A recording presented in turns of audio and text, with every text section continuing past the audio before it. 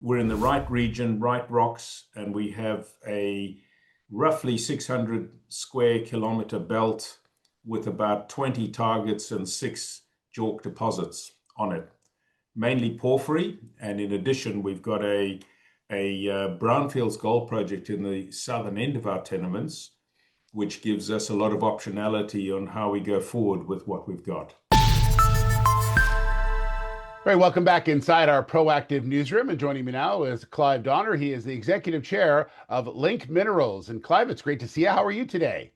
Oh, great. Thanks, Steve. Nice to meet you. Yeah, nice to meet you as well. I'm excited to learn a bit more about what's been going on within the company. I know it's been extremely busy for you and all the team. Maybe give us a bit of an overview of Link Minerals. Sure. Link Minerals is a late stage explorer in a very large copper porphyry belt in the Macquarie Arc in New South Wales on the east coast of Australia. We're in the right region, right rocks, and we have a roughly 600 square kilometer belt with about 20 targets and 6 JORC deposits on it, mainly porphyry. And in addition, we've got a brownfields gold project in the southern end of our tenements, which gives us a lot of optionality on how we go forward with what we've got. Yeah, I know you're preparing to list on the Australian Securities Exchange. Maybe tell me a bit about the importance of getting on an exchange and the access that gives the company. Well, I suppose there are a lot of projects that do backdoor listings, and we've decided we want to do a front door listing because the project really should stand in its own right, and we've gone down that path. And I guess the rationale for a listing is there's a lot larger proportion of investors out there who are prepared to invest in listed stocks. The ASX is a very good jurisdiction for resource stocks. So we're looking to list on the ASX shortly. Yeah, let's talk about the project. You mentioned it a bit earlier. Gilmore is the name of it. I know there's a lot of excitement around this particular project. Give everyone an update on where the project's at and really where it needs to get to. The project is an advanced exploration asset. We've got 6 JORC deposits, over 500 million tons for 3.7 million ounces of gold and 1.2 million tons of copper. That's the current position.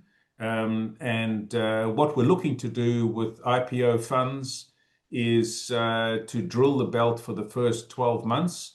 We've got a lot of targets in our central zone and our southern zone, and we're looking to essentially increase the size of some of our targets, round out the opportunity to deepen and drill along strike from a lot of our current deposits, which are all open in multiple directions, and then essentially work towards the opportunity to advance the southern region into a possible development scenario, subject, of course, to feasibility work and all the other things that need to be done. And Clive, is that something investors should understand that the mineral resource estimate was done on a fairly small portion of the project? There's a lot more exploration that can be done there, right? Sure, we've got a lot of targets, and we've got a lot of blind deposits and targets that need exploration. But fortunately, we've got 20 odd targets that have already been partially drilled that show some really interesting grades.